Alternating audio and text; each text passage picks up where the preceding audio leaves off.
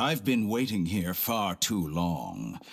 But finally I have the chance to be alone with you. All the precious time I wasted has finally paid off. The doctor! What have you done? Just a type of sound wave that can quickly put defenseless people into a dream. As I expected, it doesn't have any effect on gods. This is the only thing of interest I found among the sage's research. I thought I'd take it for a little spin. Don't worry. I know you would never forgive me if I actually killed them. I'm here to negotiate with you. Naturally, I won't do anything dangerous that could potentially damage our relationship. Negotiate with me? I heard you had already left Sumeru. Why are you here again now? I left Sumeru, but I also stayed in Sumeru. Even the God of Wisdom is restricted by the habits of cognition. How disappointing. You mean there are many different versions of you in this world? An astute guess. Even the same individual will have different cognitions at different ages. A long time ago, I made a major decision in hopes of preserving all my perspectives of how I observed the world. Observation is the first step of any experiment, but observing the current world doesn't satisfy me. It lacks an important dimension, that of time. So I saved segments of all my ages and made them into independent individuals. That's all there is to it. Indulge me.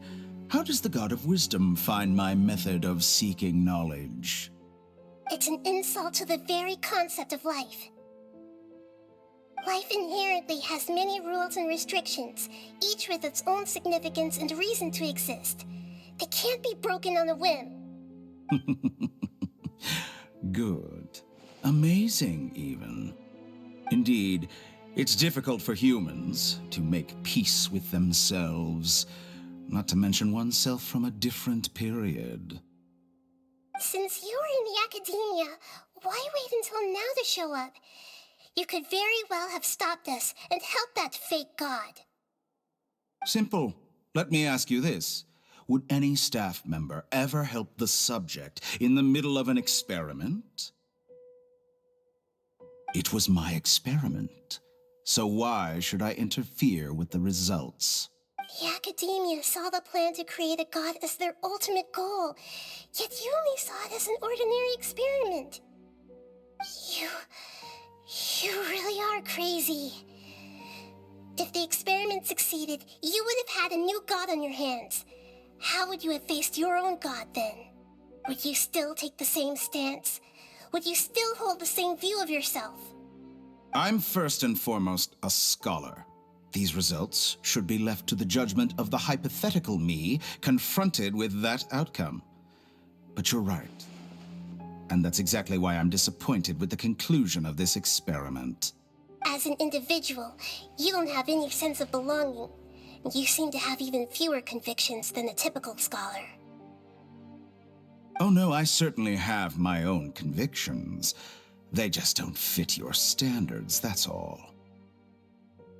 All right, that's enough conversation for today. The experiment is over, and it's time to tidy up the equipment and reclaim any useful materials. For example, the gnosis. Lesser Lord Kusanali, you're an intelligent archon. I'm sure you understand the disparity in our combat abilities at this time. Besides, you have no way to use that electro-gnosis in battle. Didn't you say you were here to negotiate with me? Somehow, it's starting to seem like you intend to take it by force now. I'm merely stating a fact. After all, I'm also a scholar. Naturally, I hope to show proper respect and dignity to the God of Wisdom. Your hypocrisy is built on absolute confidence. I understand your scheme, but what if I were to destroy the Gnosis now and awaken the heavenly principles? Awaken the heavenly principles? Do you think that's really possible?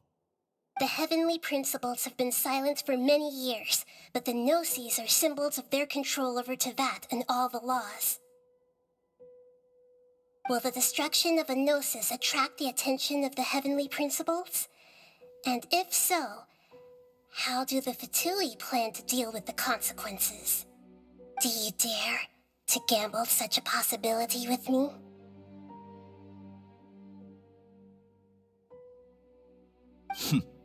Gamble? How surprising. I thought you would show evidence or use rigorous reasoning to prove your point. The word gamble is the last thing I expected to hear from the god of wisdom. But this is a clever move.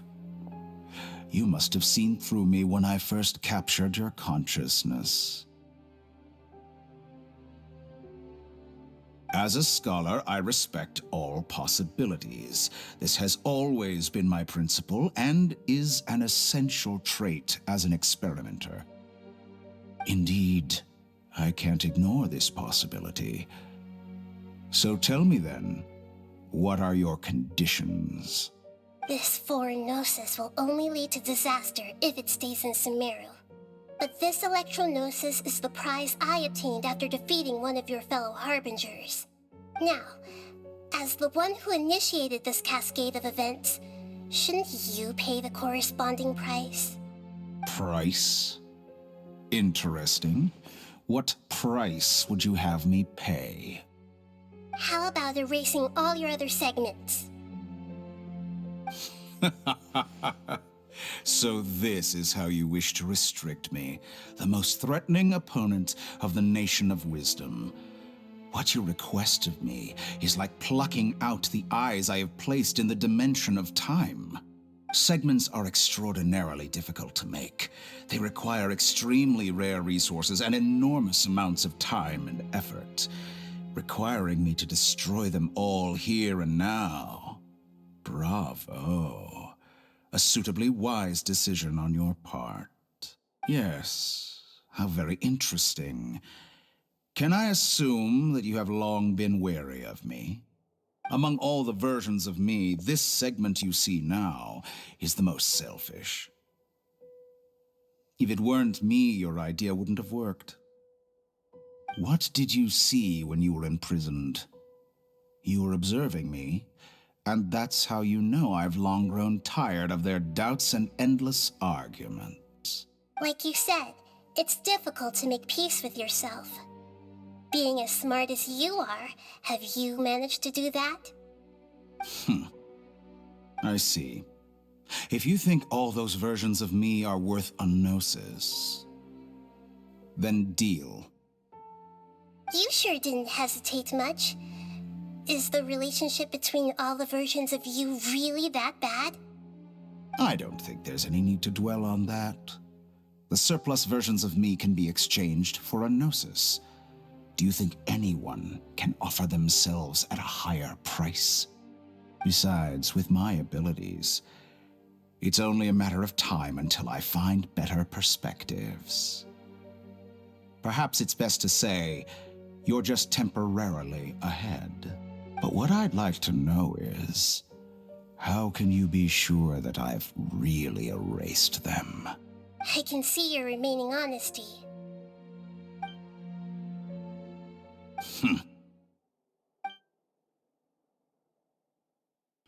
What a ridiculous decision! You can't be serious! How could I have been so short-sighted? You think this is the end? I'll have my revenge! You'll make this moment count. You will regret this! Well, have you confirmed that it's complete? Here, take it. The future of Sumeru City will be in my hands alone.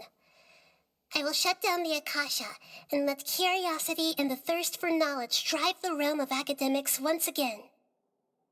There won't be any further gaps for you to exploit. It truly pains me that my academic achievements have never been appreciated in my homeland. Of course, I have no interest in being rejected by this city for a third time. Another chess piece. And where is your dendrognosis? Don't be greedy, Harbinger of Snezhnaya. No, this is a different transaction. If you intend to turn off the Akasha anyway, then there's no further use for the gnosis of Sumeru, is there? Besides, isn't it the archon's duty to deliver what's desired of the seeker? Oh, judging from your expression, you don't seem to find the idea very agreeable. Then let's think of it this way. Since you're the god of wisdom, how about I exchange some knowledge with you? People exchanging knowledge with the God of Wisdom is the stuff of legends. Yet here you wish to exchange knowledge for the God of Wisdom's property. Arrogant as that is, it has piqued my interest. Let me ask you, have you in all your mighty knowledge ever heard the rumor that the skies of Tevat are fake? Huh?